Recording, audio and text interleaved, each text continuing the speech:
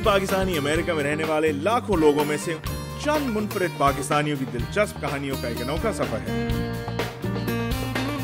जिनके जरिए न सिर्फ इन लोगों ने अपनी पहचान कायम रखी बल्कि अपनी शनाख्त को एक नया रंग दिया।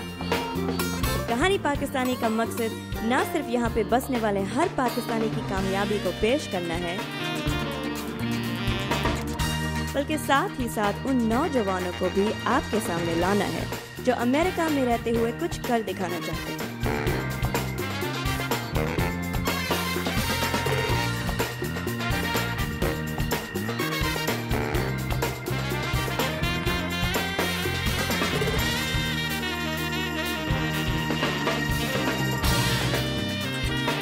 दुआएं इस सफर में हंसते खेलते, सोचते समझते हम आपकी मुलाकात कुछ और नए और अनोखे दोस्तों से भी करवाएंगे।